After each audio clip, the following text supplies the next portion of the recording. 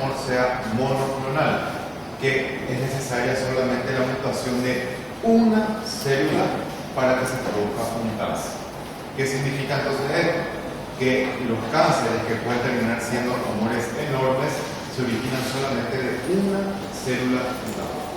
¿Ok? Es suficiente para que eso pueda ocurrir. ¿Ok? Ahora, otro concepto importante, que la carcinogénesis no es un evento único, sino que son múltiples eventos o múltiples pasos los que llevan a que se forme un cáncer. ¿Ok? Eso también vamos a ir detallándolo más adelante. Tengan en cuenta que desde el punto de vista práctico, ¿ok? Cuando hablamos de múltiples pasos, hablamos también de múltiples mutaciones, ¿ok? Porque no es suficiente una sola mutación para que se produzca cáncer. El cáncer es un conjunto de múltiples mutaciones, las cuales se van formando a partir de una única y primera mutación. O sea, el hecho de que el cáncer comience solamente con una mutación no significa que el resultado final es esa única mutación, sino, repito, son múltiples mutaciones que se van acumulando con el tiempo. ¿Ok? Bueno, a ese proceso de acumulación de mutaciones que van a hacer que el tumor se vuelva más agresivo se le conoce como progresión tumoral. Entonces, ¿cuál es el resultado de la progresión tumoral? Sencillamente acumulación de mutaciones. ¿Ok? Bueno, vamos a ver este esquema en el cual vamos a basar prácticamente toda la clase de hoy. ¿Sí? Bueno, como ya vimos nosotros, son diferentes carcinógenos que pueden producir daño en el ADN de la célula. ¿Ok? Hablamos la semana pasada que podían ser agentes químicos, hablamos que podrían ser agentes físicos, hablamos que podrían ser virus, inclusive bacterias como el Helicobacter pylori, ¿se acuerdan? Sea cual sea el carcinógeno que actúa sobre la célula normal, va a producir una lesión del ADN. Y este es el punto más importante de todos, porque si este ADN puede ser reparado, la célula vuelve a su estado normal. Si no puede ser reparado el ADN, es ahí justamente donde vamos a tener el problema grave. ¿Ok?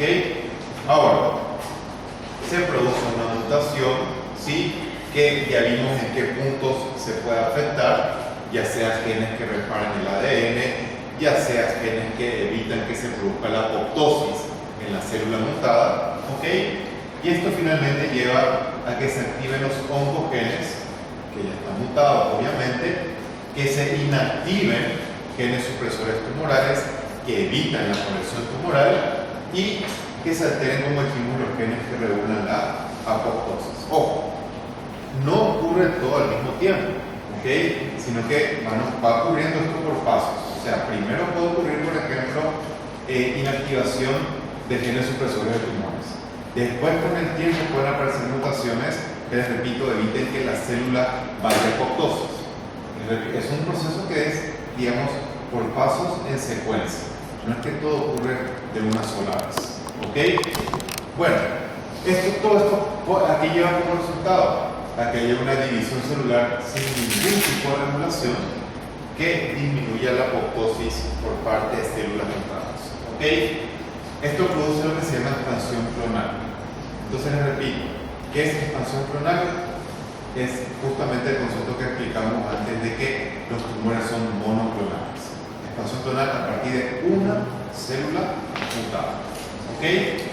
Y vamos a ver después de que hay varios factores que favorecen el crecimiento tumoral, aparte de los factores genéticos que estamos hablando. ¿Ok? La angiogénesis, por ejemplo, es muy importante, ya que el aporte sanguíneo también permite que las células tumorales sobrevivan. Solamente para las células normales. ¿Okay? Las células tumorales también necesitan de aporte sanguíneo para sobrevivir. ¿Okay? Tienen que ser capaces de evadir el sistema inmunitario. Una de las defensas más importantes que tiene nuestro organismo contra tumores es el sistema inmunitario. ¿Me entienden? De hecho, en ciertos tumores, por ejemplo los melanomas, ciertos tipos de cáncer de mama. Cuando hay buena respuesta del sistema inmunitario, hay también buen pronóstico para el paciente. O en todo caso, mejor pronóstico de lo usual. ¿Ok? ¿Sí? Y bueno, si todo esto falla, ¿verdad? O sea, si todo esto es a favor del tumor, perdón, hay una progresión tumoral, una neoplasia maligna que se vuelve infiltrante y posteriormente adquiere capacidad de hacer metástasis. ¿Ok? Bueno, fíjense ustedes que los cambios que vamos a ir estudiando nosotros en la clase de hoy no solo alteran desde el punto de vista genético o genotípico de la célula, ¿ok? Sino que también se traducen en cambios fenotípicos, ¿ok? ¿Saben la diferencia entre genotipo y fenotipo ustedes? ¿Sí saben o no saben? Si no, les voy a explicar. Genotipo es solamente un cambio a nivel del ADN que no tiene, digamos, particularmente ninguna expresión morfológica. ¿Ok? Cuando esos cambios genéticos hacen también que la célula cambie morfológicamente, ahí hablamos de fenotipo. ¿Me entienden? Fenotipos son cambios morfológicos. Genotipo es cambios solamente a nivel del ADN. ¿Me entienden? ¿Ok? Bueno, fíjense todos los pasos que vamos a ir tocando en la clase de hoy. Esto no se preocupen por entender ahora mismo porque cada uno lo vamos a explicar por separado. Vamos a hablar de la autosuficiencia de las señales de crecimiento, de la falta de sensibilidad a esas señales que inhiben el crecimiento. Vamos a hablar de efectos de reparación del ADN, de la evasión de la apoptosis, del potencial replicativo ilimitado, de la neutropénesis mantenida y cómo las células adquieren capacidad de invadir y dar metástasis. Todo esto, repito, vamos a estudiar cada punto por separado. Y vamos a comenzar con el primero, autosuficiencia de las señales de crecimiento. ¿Ok? Primero que nada, como concepto, ¿qué es un factor de crecimiento? Aquel que cuando actúa en una célula hace que se produzca división celular. ¿Me entienden? Y vamos a explicar entonces de qué manera esto, ¿verdad? Cuando hay mutaciones, puede afectar a las células neoplásicas. ¿Ok? Las cuales vamos a ver adquieren autosuficiencia. Bueno, fíjense ustedes lo siguiente. Muchos factores de crecimiento del cuerpo. Esto no es solamente para células neoplásicas, sino también para células normales. ¿Ok? Muchos factores de crecimiento del cuerpo actúan en forma autógena. ¿Qué significa autógena? Que lo que yo secreto actúa sobre mí mismo. ¿Me entienden? ¿Qué pasa si una célula tiene en el ADN una mutación que produce una sobreexpresión de factores de crecimiento? Entonces, esta célula, cuando su ADN se muta de esa manera, va a sintetizar mucho mayor cantidad de factores de crecimiento de lo normal. ¿Entienden? Y eso hace, obviamente, que la célula comience, digamos que, a estimularse para proliferar en forma más rápida. Por eso que dijimos nosotros de que ciertas mutaciones hacen de que la célula se haga autosuficiente, que no dependa de otros factores para que ella continúe creciendo. Porque al tener su ADN mutado para sobreexpresión de factores de crecimiento, va a sintetizar ella misma los factores de crecimiento que necesita para proliferar. Esto es, obviamente, hablamos de mutaciones, obviamente esto no es normal. ¿Okay? Ninguna célula del cuerpo tiene autonomía para dividirse por sí sola en forma incontrolada. ¿Okay? Esto es secundario a una mutación. ¿Ok? Y acá tenemos ejemplos de justamente estos protoncogenes mutados. ¿Ok? Que por ejemplo corresponden al protoncogen llamado cis, ¿verdad? Y pues tenemos como ejemplo también el protoncogen del factor de crecimiento de fibroblastos de tipo 3. Fíjense ustedes, este protoncogen cis normalmente codifica la cadena beta del factor de crecimiento derivado de plaquetas. ¿Me entienden? Eso es en forma normal. Cuando está sobreexpresado en ciertas células provoca un crecimiento anormal e incontrolable. Y se ha visto, por ejemplo, que este proton-gen cis se encuentra mutado en tumores derivados de células formadoras de hueso, que son los osteosarcomas. ¿Okay? Esta mutación se ve frecuentemente justamente en niños o en pacientes, digamos que adolescentes, ya que los osteosarcomas son tumores de pacientes jóvenes. ¿Okay? ¿Se puede en pacientes mayores? Se puede ver también, pero es mucho más frecuente ver en niños y en adolescentes. ¿Okay? Bueno, ahora, con respecto a estos protocogenes que codifican, dijimos factores de crecimiento que afectan el crecimiento de fibroblastos, específicamente pueden estar sobreexpresados en diferentes tipos de tumores del cuerpo. Ejemplo, en cáncer de mama, en cáncer gástrico y también en el melanoma cutáneo. ¿Ok? Ahora, ¿qué otro punto importante que tenemos que tener en cuenta? Para que un factor de crecimiento pueda actuar, debe hacerlo sobre un receptor de membrana. ¿Me entienden? Un factor de crecimiento no puede ejercer ninguna función si es que no, digamos que se una al receptor. ¿Ok?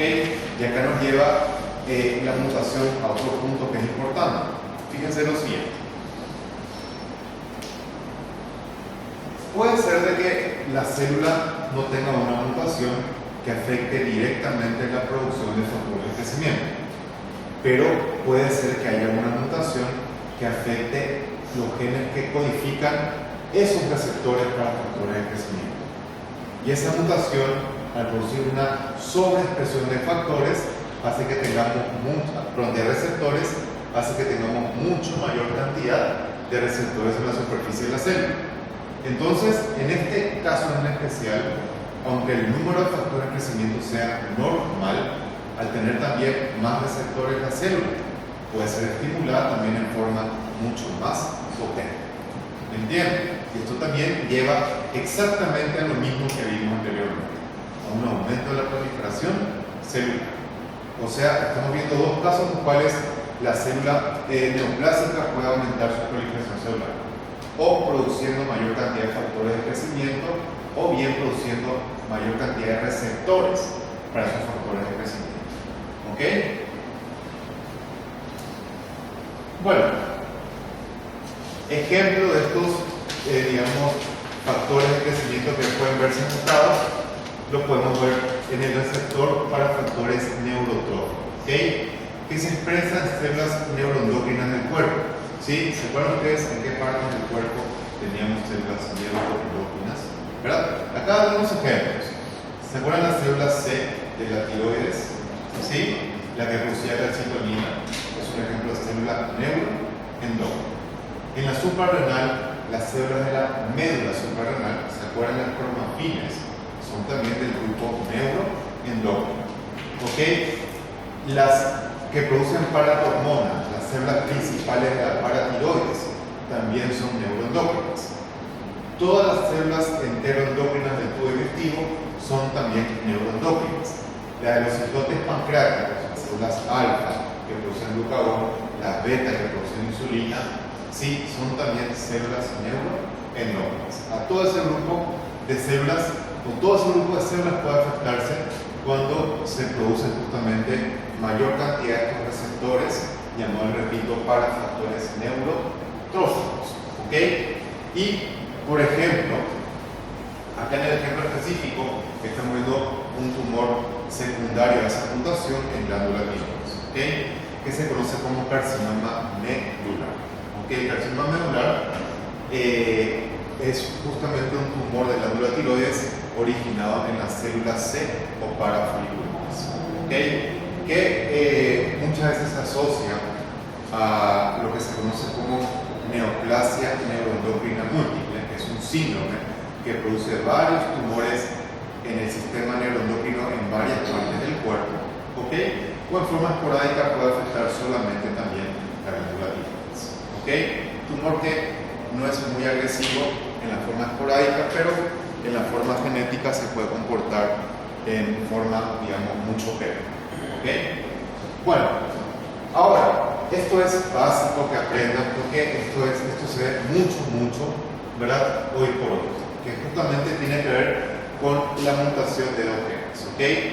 El llamado gen, digamos, que produce justamente receptores para crecimiento de tumores en pulmón y para mama, ¿ok?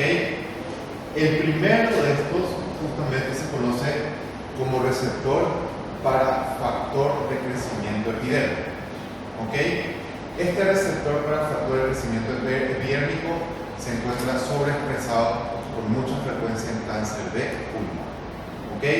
¿Y qué es lo importante de esto? Que hay justamente una quimioterapia dirigida específicamente para esos tumores que tienen sobreexpresado ese gen. Por lo tanto, detectar esta mutación es básico en la actualidad. Y se detecta con inmunohistoquímica directamente. Si yo detecto que mi cáncer de pulmón tiene sobreexpresión de ese factor de crecimiento, sí o sí tengo que dirigir una quimioterapia específica en contra de ese factor. ¿Okay? Lamentablemente no se traduce en salvar vidas todavía, pero sí, digamos que prolonga bastante, digamos, la sobrevida del paciente. ¿Okay? Bueno, podemos tener ejemplos, también por ejemplo este gen se encuentra frecuentemente mutado en los glioblastomas, ¿ok? Los glioblastomas, para que ustedes sepan, son tumores cerebrales muy agresivos, ¿ok? Y en este caso en especial, lamentablemente ni siquiera detectando esta mutación se ha podido mejorar hasta el día de hoy la sobrevida del paciente, ¿ok? Glioblastoma multiforme en cerebro que mata en 6 meses a un año, aunque eso muy poca gente sobrevive. ¿Ok? Un tumor de crecimiento muy rápido. ¿Sí?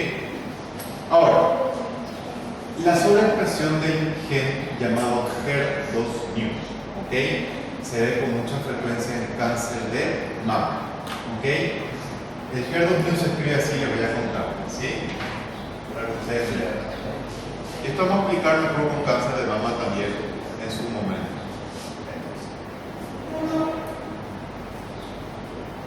¿Ok?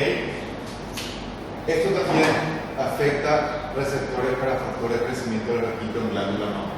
¿Ok? Es básico también reconocer esto no solamente para tratamiento de pacientes con cáncer de mama, sino que se ha visto que tiene factores pronósticos muy importantes.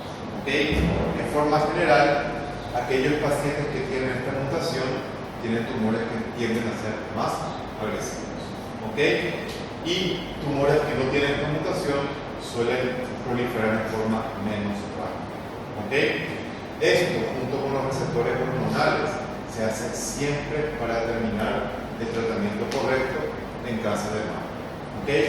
Lo que se utiliza cuando está mutado en el cáncer de mama es un quimioterápico que se llama trastuzumab. ¿Ok? Trastuzumab. Van a leer ahí en internet, es muy utilizado el cuerpo. ¿Ok? ¿Está bien? No hace falta que sepan, no estamos dando clase de oncología, les cuento nomás para... Si no, no les voy a preguntar eso en ningún examen, ¿sí? Ahora, otro punto que nos interesa con respecto a factores de crecimiento son las llamadas proteínas traductoras de señales. Y les voy a explicar por qué. ¿Qué ocurre cuando un factor de crecimiento se une con su receptor? ¿Ok? El receptor para factor de crecimiento, que es esto que está aquí de color verde, en su dominio citoplasmático se une con una proteína llamada traductora de señal. ¿Ok? Entonces, cuando el receptor se une con su factor de crecimiento, esto estimula a esta proteína justamente para que envíe una señal que va hacia el núcleo celular y hace que justamente se produzca una proliferación celular más rápida de lo normal. ¿Ok? Cuando tenemos mutación de esta proteína traductora de señal, ¿ok? Esta proteína se mantiene en forma constante de manera, digamos, activa. ¿Ok? Por lo tanto, envía constantemente señales al núcleo, inclusive sin necesidad de que se haya unido el factor de crecimiento al receptor. ¿Me entienden? ¿Ok? Eso es lo que ocurre, repito, cuando hay mutación de estas proteínas traductoras de señales. Vamos a poner un ejemplo un ratito más para que lo entiendan mejor. ¿Ok? Bueno, por lejos, La oncoproteína mejor estudiada, que justamente produce proteínas que son traductoras de señales, son los genes llamados RAS. ¿Okay? Los genes llamados RAS producen proteínas que se encuentran justamente, les repito, asociadas a la cara citoplasmática de los receptores, para factores de crecimiento. ¿Okay? Como les dije, lo que hacen es transmitir señales al núcleo para que la célula prolifere de forma más rápida. Y miren lo importante es, 10 a 20% de todos los tumores del cuerpo tienen algún tipo de mutación del tipo RAS. ¿Se entiende? O sea, una mutación muy frecuente. ¿Ok? De hecho, fíjense ustedes, es la anomalía más frecuente o la alteración más frecuente de los oncogenes dominantes. ¿Ok? Y vamos a ver entonces cómo actúa justamente esto para provocar digamos, mayor proliferación celular en, digamos, neoplasias. ¿Ok? Primero que nada, ¿cómo actúa esto de forma normal? ¿Ok? Acá tenemos el factor de crecimiento, acá está el receptor para el factor de crecimiento, y esto que estamos viendo acá sería justamente la proteína traductora de señales. ¿Ok? ¿Qué ocurre acá? Esta proteína traductora de señal, como dijimos, tiene una fase en la cual está en estado inactivo y otra fase en la cual está en estado activo. ¿Ok? ¿De qué depende ese cambio de una fase a otra? Depende del GTP. ¿Ok? El GTP es guanosin trifosfato. ¿Ok? Que de hecho, cuando esto se encuentra en forma de guanosin bifosfato, mantiene al RAS en su forma inactiva. ¿Ok? Pero posteriormente, por un proceso de fosforilación, el GDP se transforma en GTP. Y cuando el GTP se une al RAS, lo convierte justamente en su estado activo. Y es aquí cuando comienza a enviar señales al núcleo para que aumente justamente la proliferación celular. ¿Ok? Ahora, ¿qué pasa cuando hay una mutación? ¿Sí? Esto de acá se hace resistente a la hidrólisis del GTP. ¿Qué significa eso? Que el GTP, una vez que se forma, no vuelve a GDP. ¿Entienden? Y al no volver a GDP, esto está constantemente en estado activo. ¿Ok? Y transmite, les repito, señales continuas al núcleo para que la célula continúe dividiéndose. ¿Ok? Entonces, entender cómo funciona esto fisiológicamente nos permite entender también mucho más fácil qué pasa cuando hay una mutación. ¿Ok? Bueno, entonces, como les dije, ¿qué tiene como resultado de esto? Estimulación continua e inadecuada de factores de transcripción nucleares. ¿Ok? Estos factores nucleares presentan justamente, estos factores de transcripción, tienen secuencias de aminoácidos que les permiten unirse al ADN, y eso justamente es lo que activa la transcripción del ADN de forma rápida. ¿Ok? Ahora, idealmente tienen también que estar alteradas las células en otros puntos para que esto progrese también. ¿Ok? Y muy importante, como vamos a ver más adelante, es la alteración de las citinas. ¿Ok? Las cuales son directamente activadas justamente por estas proteínas traductoras de señales, pero ellas pueden encontrarse mutadas en ausencia de este problema. ¿Ok? Bueno, acá tenemos solamente algunos ejemplos de tumores que presentan mutación del RAS. Y como ustedes pueden ver, el páncreas, ¿sí? Los adenocarcinomas de páncreas y los cholangiocarcinomas, para que ustedes sepan, cholangiocarcinomas son carcinomas que se originan de los conductos biliares, ya sea dentro del hígado o fuera del hígado, en el colédoco, en los conductos hepáticos, etc. ¿Ok? El 90% de los tumores tienen mutación del RAS. Se ve el 50% de todos los cánceres de colon, endometrio, glándula tiroides. Hablamos siempre de carcinomas. ¿Ok? Acá no estamos hablando de sarcomas ni de ningún otro tipo de tumor. ¿Ok? O bien de adenocarcinomas de pulmón, 30%, o de leucemias, en el 30% también de los casos. ¿Okay? Hay, digamos, que tipos, digamos, específicos de RAS, como el K-RAS, el H-RAS, el N-RAS. No hace falta que sepan obviamente de forma tan detallada. Nadie le va a preguntar nunca a esos términos. ¿Ok? Bueno, vamos a los factores de transcripción. ¿Ok? Bueno, miren ustedes lo siguiente, ¿sí? ¿Qué pasa en este caso en especial? Primero que nada, hay una mutación en el ADN específicamente que justamente codifica el activador de la transcripción, ¿ok? Haciendo de que esta proteína se produzca de manera mucho más, digamos que, rápida o en mayor cantidad de lo normal, ¿ok? Esta proteína, que es, digamos que, producida en mayor cantidad, primero lleva al citoplasma a la célula, ¿ok?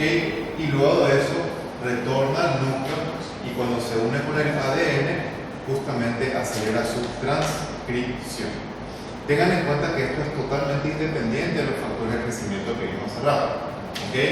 Esto es, digamos que, actúa por sí solo, ¿ok? Te repito, el ADN normal forma proteínas que producen transcripción del ADN, pero cuando se muta justamente esa parte del ADN, hay una sobreexpresión de esas proteínas y hay también un estímulo más frecuente de la célula para que se produzca transcripción. ¿Ok? Acá tenemos varios ejemplos de eso, ¿sí? El más frecuente de todos es el gen llamado de tipo MYC. ¿Ok? Los otros también se mutan, pero con mucha menor frecuencia de lo que estamos viendo aquí nosotros. ¿Ok? Y como dijimos, los productos estos son factores de transcripción. ¿Ok? No tiene nada que ver esto con factores de crecimiento. ¿Ok? Es totalmente independiente este mecanismo. ¿Ok? Ahora, eso sí, las proteínas señales, cuando justamente envían su señal al núcleo, activan estos factores de transcripción. ¿Ok? Pero en ese caso, los factores de transcripción no se encuentran mutados. Aquí sí. ¿Ok? Y ejemplo justamente donde podemos ver mutación del MYC, ¿ok? Que es muy frecuente en forma general para tumores humanos, como ver en carcinomas de células pequeñas del pulmón, tumores muy agresivos del pulmón, que tienen una sobrevida de más o menos 6 meses aproximadamente en todos los pacientes en general, ¿ok? Y los neuroblastomas, que son tumores que derivan de neuronas primitivas, que se pueden ver en el cerebro, se ven en glándulas suprarrenales con mucha frecuencia, también en ganglios nerviosos se pueden originar. ¿Ok? Se ven estos tumores, se ven sobre todo en personas jóvenes, en niños. ¿Ok? Bueno, y también se puede ver un tipo de linfoma que es el linfoma de Burkitt, ¿ok? Que tiene mucha asociación con el virus de Epstein-Barr, por un lado, y por otro lado, secundariamente, el problema que produce el virus puede agregarse también una mutación del virus.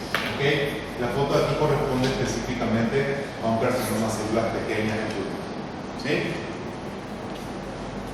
Bueno, vamos a hablar ahora de los reguladores. Vamos a hablar ahora de los reguladores del ciclo celular y quiero explicar algo aquí para que entiendan. ¿Okay? Ustedes, no sé si ya vieron ciclo celular en alguna parte de su carrera hasta ahora, todavía no vieron. ¿Dieron o no dieron? Ciclo celular. Algunas en su vida. ¿Tienen que ver? Sí. Sería bueno porque nos podemos explicar el ciclo celular en muy largo, ¿verdad? Sería bueno que, para que entiendan mejor esta parte, repasen un poquitito. Pero vamos a explicar lo que nos compete ahora mismo nosotros vamos. ¿Ok? Ahora han visto que durante el desarrollo del ciclo celular, en varias fases, para que se produzca el paso de una fase a otra, se tiene que unir una ciclina con una quinasa dependiente de ciclina por ejemplo. ¿Ok? Y eso justamente lleva, por ejemplo, que se pase de la fase G1 a la fase S del ciclo celular. Ahora un ejemplo nomás de cómo funciona esto. ¿Ok? Y la sobreexpresión de cualquiera de ellos, ya sea que haya más quinasas dependientes de ciclinas, ya sea que haya más ciclinas, las dos cosas van a llevar a una proliferación celular mucho más rápida que normal. ¿Ok? Porque ¿qué pasa? Cuando una ciclina se une a su factor dependiente correspondiente, es porque la célula, digamos que ya comprobó que el ADN se encuentra en estado correcto para continuar la siguiente fase. Pero cuando esto está sobreexpresado, eso pasa de forma mucho más rápida de lo normal y da menos tiempo a que se pueda controlar si el ADN se encuentra o no mutado. Por lo tanto, al provocar ciclos celulares rápidos, en algún momento puede escapar el ADN mutado al control normal de la célula. ¿Me entienden? ¿Ok? Y tenemos varios tipos de ciclinas con quinasas dependientes de ciclina. Y la asociación más frecuente es esta, la de la ciclina B con su quinasa dependiente, que se conoce como el tipo 4. ¿Ok? Esta asociación normalmente lo que hace es que pase, digamos, la célula de la llamada fase G1 a la fase S. ¿Ok? Para que ustedes sepan, si no se recuerdan, la fase S es donde ocurre la transcripción del ADN. ¿Entienden? ¿Sí? Ahora, como les dije, hay varios tipos de ciclina. Tenemos la ciclina A, que se une con la quinasa de tipo 2. Tenemos la ciclina B, que se une con una quinasa llamada tipo 1. ¿Ok?